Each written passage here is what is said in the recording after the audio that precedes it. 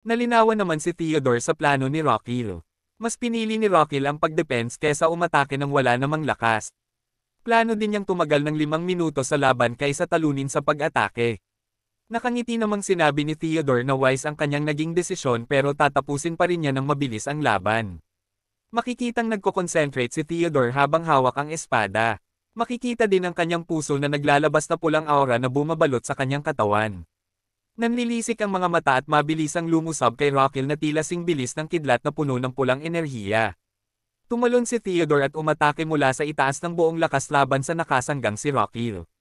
Nasambit na lang ng hari sa kanyang sarili na ang ataking ginawa ni Theodore ay mabigat at malakas. Ito rin ay puno ng mana. Nasabi din ng hari na hindi kakayanin ng panangga niya ang ganyang klaseng atake. Makikita ang sobrang lakas na pag-atake ni Theodore mula sa ere. Nababanggit naman ni Theodore sa kanyang isipan na, "Kuya, huwag kang babagsak agad at huwag mong gawing kahihiyan ang iyong sarili. At kahit na matalo ka, sumuko ka ng may dignidad. Lumuhad ka kaysa ikaw ay bumagsak. Kaya't pinili ko talaga ang pag-atake mula sa itaas." Makikita ang mabilis na pag-iwas ni Rockil mula sa ataking ito ni Theodore. Gulat na gulat si Theodore dahil nailagan lang ni Rockil ang kanyang atake. Biglang natahimik ang lahat ng manunood. Matapos ay biglang hiyawan sa sobrang excitement. May isang nagkomento, "Anong nangyar? Naiwasan lang ng Crown Prince ang pag-atake ng Second Prince." Gulat na gulat naman ang hari dahil dito. May nagsabi namang sinadya naman ng Second Prince na hindi lakasan ang pag-atake. At pinuri pa ito dahil sa kabaitan. Muling ipinakita si Rockil na nakahanda na sa kahit anong pag-atake. At nakahanda na rin naman itong si Theodore sa kanyang pangalawang atake. Nakikita ni Theodore sa mata ni Rockil ang determinasyon at ang pagkasalag niya ay hindi lamang swerte. Pero hindi pa din nagpatinag si Theodore. Mahigpit niyang hinawakan ang kanyang espada habang napapalibutan ito ng malakas na aura. Sabay hampas ng malakas sa panangga ni Rockil. Makikita ang malakas na impact nito kay Rockil at talagang tinanggap niya ang lahat ng puwersa ni Theodore. Tumalsik ng malayo si Rockil at muling nag-alala si Garden at napasigaw ng kamahalan. Napaluhod si Rockil sa lakas ng kanyang pagkatalsik. Inis na inis siya dahil nanghina na agad ang kanyang katawan. Hindi na rin niya maramdaman ang kanyang mga kamay. Ngunit kanyang naalala na nasa salag niya nga ang kung ano-anong bagay nung siya ay pulis pa. Kaya't naisip niya na wala ito kumpara sa dati. Mabilis niyang ibinalik ang pananggala at bumalik sa kanyang defensive formation. Nagulat naman si Theodore sa kanyang ngunit puno ng aura, mabilis ulit na umatake si Theodore. Makikita ang paglalaban ng pula at asul na aura ng magkapatid. Nabanggit sa isip ni Rockil na mas malakas siyang humigop ng mana kaysa inaasahan. At dahil dyan, mas magiging epektibo ang kanyang pinaplano. Nakangiti si Rockil na tila ba ay nagtagumpay na sa kanilang laban. Napatanong naman si Theodore at sinabing hindi niya alam kung ano ang pinaplano ni Rockil, pero napasigaw ang magkapatid para sa parehas nilang huling pag-atake at pagdepensa. Makikita ang mataas na pagtalon ni Theodore habang si Rockil ay nakaabang para sa kanyang gagawin na depensa. Makikita ang malakas na pagtama ng espada ni Theodore sa panangga ni Rockil. Makikita din ang squat position ni Rockil na tumanggap ng lahat ng impact ng tama ng espada. At sinabi na, "Nag-training ako ng lower body para sa pagkakataong ito."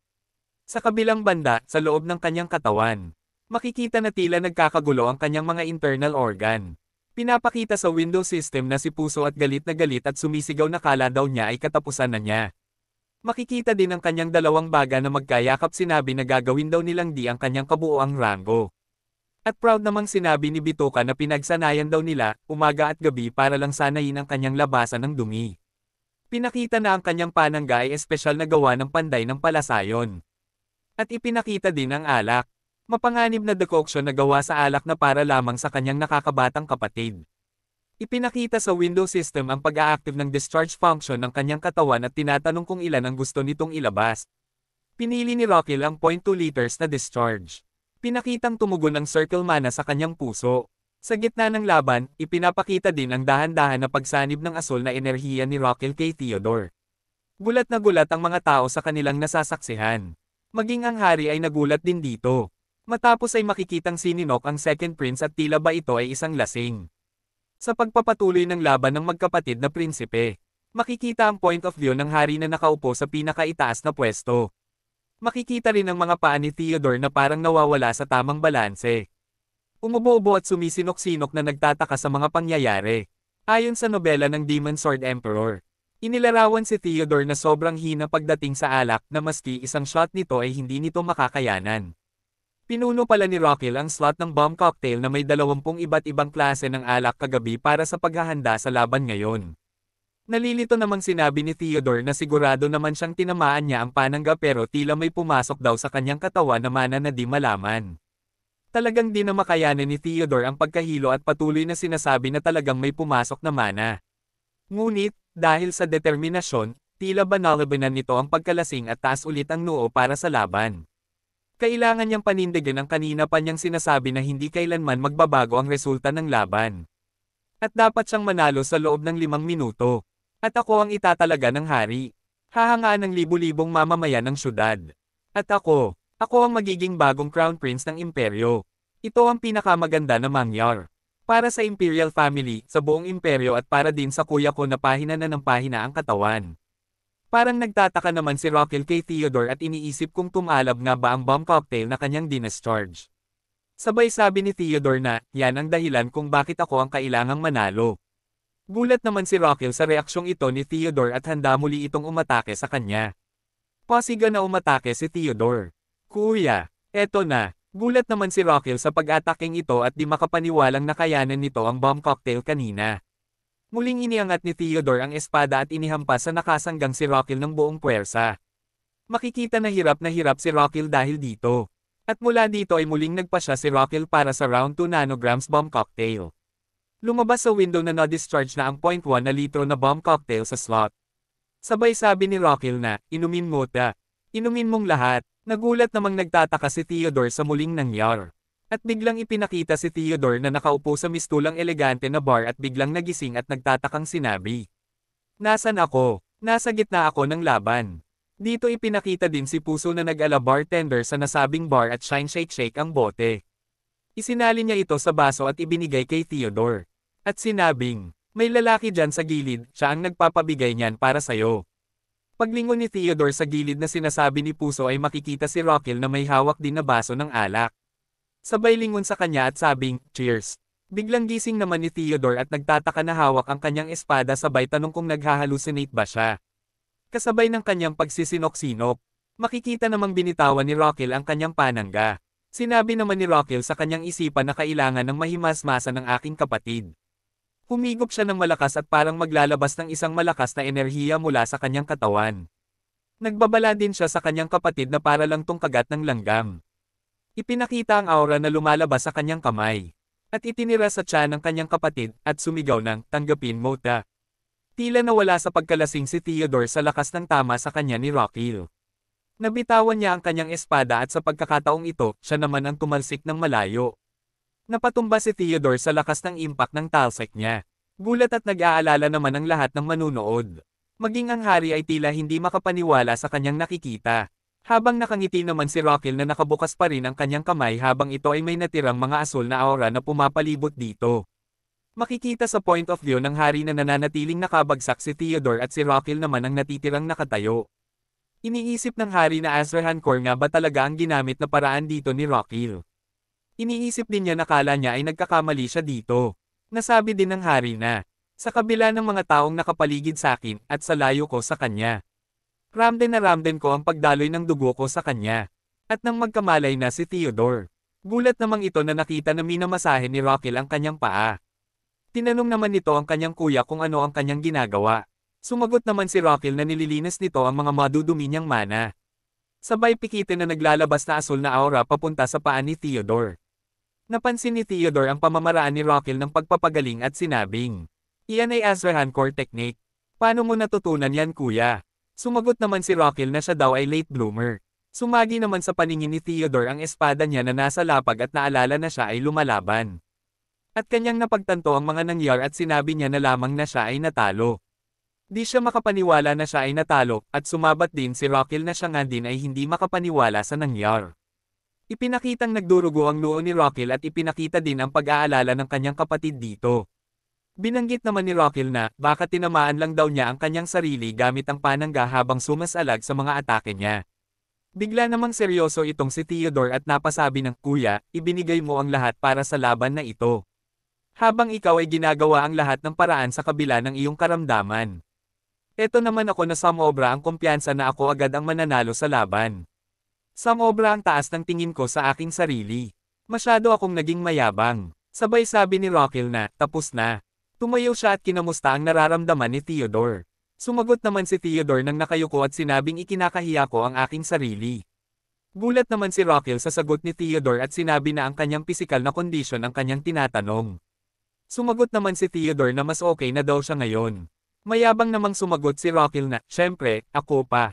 Dito na napagtanto ni Theodore ang ginawa ni Rockil sa kanya. Napagtanto niyang nakuha niya ang lahat ng alcohol sa katawan ni Rockil kaya siya natalo.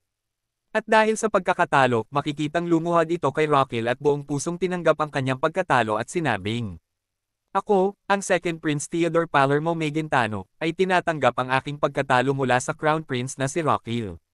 Sa harapan ng amang hari at ng aming nasasakupan. Gulat naman ang mga tao dahil dito. At muling naghiyawan ang mga ito. At nang mapansin ito ni Rockil, kanyang itinaas ang kanyang mga kamao sabay sigaw ng, nanalo ako. Makikita din mang iyak-ngiyak si Garden sa tuwa dahil sa resulta ng laban ni Rockil. Habang sumisinghot-singhot ay nasabi ni Garden na, napakasaya mo ngayon. At di pa rin siya makapaniwala. Bigla namang may lumabas sa windows at tila ba inaasahan na ito ni Rockil. Sinasabing ginamo daw niya ang ibang tao kaysa sarili niya sa unang pagkakataon. Sinasabi din na may bagong skill siya na na-unlock dahil sa kanyang pagkakapanalo. Pinakita sa windows ang Request for Medical Treatment Fees Level 1. Ipinapakita din ang patakaran nito.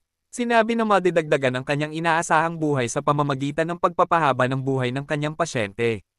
Ipinakita din ang kasalukuyang convert ion ratio ay 2,000 ay katumbas ay 1. Masayang-masaya si Rockil na napasigaw na, ayos. Ipinakita sa window ang claim ng medical fees ay level 1. Ipinakita din na nag-activate daw ang kanyang skill.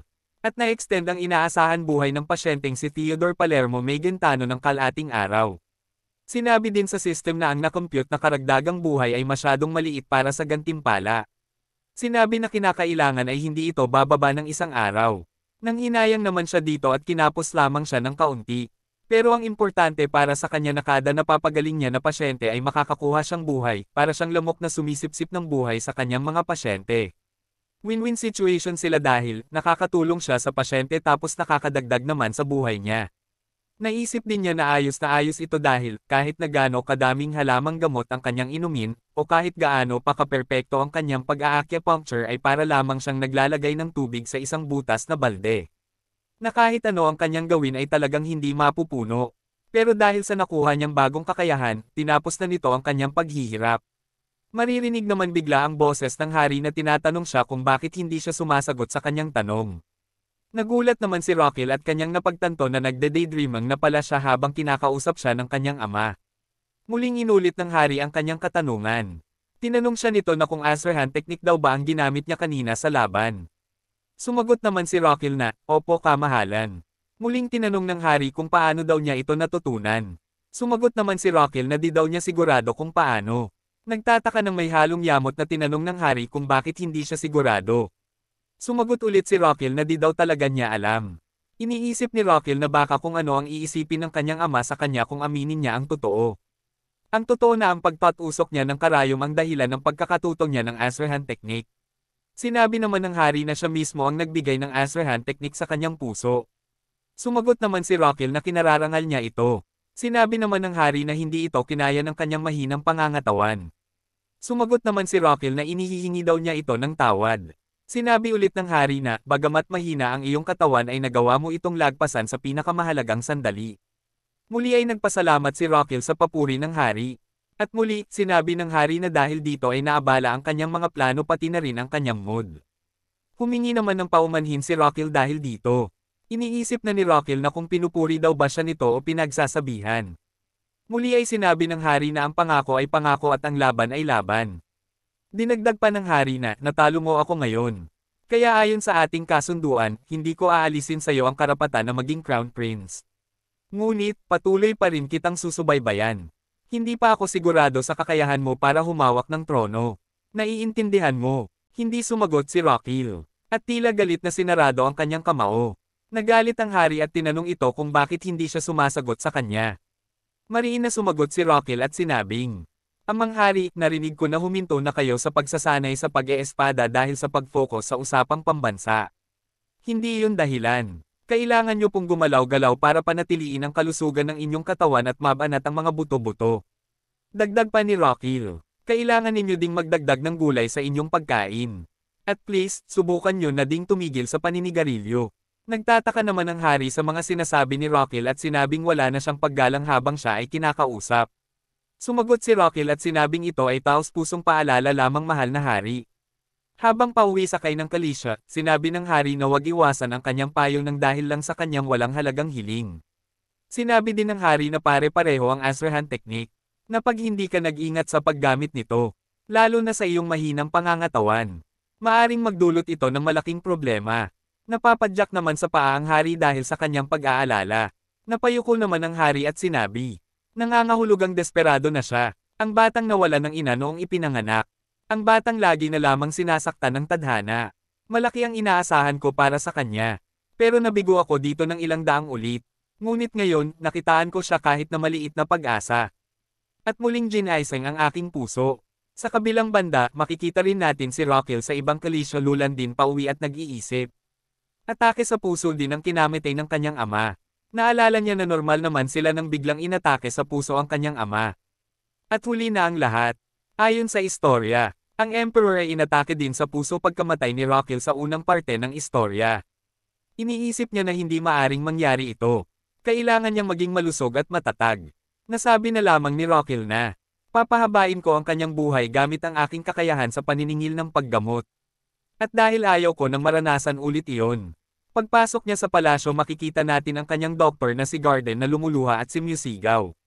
Kamahalan. At nagulat naman dito si Rockil. Sinabi ni Garden na itanong daw sa kanya kung akong klaseng luha ang mayroon siya ngayon. Medyo awkward naman na sumagot si Rockil at tinanong nga ito. Sumagot si Garden na isa itong luha ng totoong kasiyahan. At tinanong niya ito na kung nahirapan daw ba siya o napagod daw ba ito. Sinopla naman ni Rockil itong si Garden at sinabing na nararamdaman ko ang iyong pag-aalala ngunit kailangan ko na muna magpahinga. Marami pa akong kailangang gawin kinabukasan. Nagtataka namang tinanong ni Garden kay Rockil kung ano ang importante niyang gagawin bukas. Takip-silim kinabukasan, sa loob ng magarbong kainan, makikita natin si Garden na may kasamang lalaki na may blonde na buhok at tinatanong kung bakit daw sila nasa Sorrentino Garden. Sumagot naman ang lalaking kausap na ito daw ay kasama sa top 10 na sikat na kainan dito sa bayan. At sinabing alam mo naman diba? Sumagot naman si Garden na, aba syempre. Palagi akong nandito. Nagtanong naman si Garden na kung bakit kailangan pang magpanggap na iba ang katauhan ng kanyang alaga. Makikita natin na si Rockil pala ang may blonde na buhok na kasama ni Garden at nagwig lamang ito para hindi makilala bilang Crown Prince. Nang may dumating na waiter at tinanong ang kanilang gusto, mabilis namang sumagot si Rockil na, pasta na walang sauce o noodles, salad na walang gulay, wine na hindi gawa sa ubas. Naguguluhan naman si Garden sa gustong orderin na ito ni Rockil. Sa pagpapatuloy, sinabihan ni Rockil ang waiter na kakainin niya ang mga ito ng maghapon. At tinanong kung maari daw ba ito. At dito ay sumagot ang waiter na, halika at sumunod kayo sa akin. Nauna nang tumayo si Rockil habang si Garden ay nasya-shock sa kanyang nasasaksihan. Habang sinusundan ang waiter, pabulong namang tinanong ni Garden si Rockil na kung ano daw ba yung kanyang in-order. Sumagot naman si Rockil na makikita mo rin pagdating natin doon. Binuksan ng waiter ang sikretong pintuan at tinuro sila sa hagdanan pababa. Takang-taka naman si Garden dahil mayroon palang ganoong klaseng lugar sa sikat na kainan na iyon. Nagtataka din siya kung paano nalalaman ng kanyang alaga ang mga bagay na ito. Napabuntong hininga naman si Rockil at sinabing, mabuti na lang at parehas talaga ito ng novel. Habang pababa sa napakahabang hagdan ay tinanong ni Garden kung anong klaseng lugar ito at bakit sila naparito. Sumagot naman si Rockil na dahil sa kanyang kakayahang sa pagkolekta ng paggamot. Gulat naman si Garden sa sagot na ito ni Rockil. Hanggang sa makarating sila sa isang kakaibang pintuan. Tinanong niya si Garden kung narinig na daw ba ang pangalang Damien. Sumagot naman si Garden na hindi pa. Sagot naman ni Rockil na syempre hindi pa.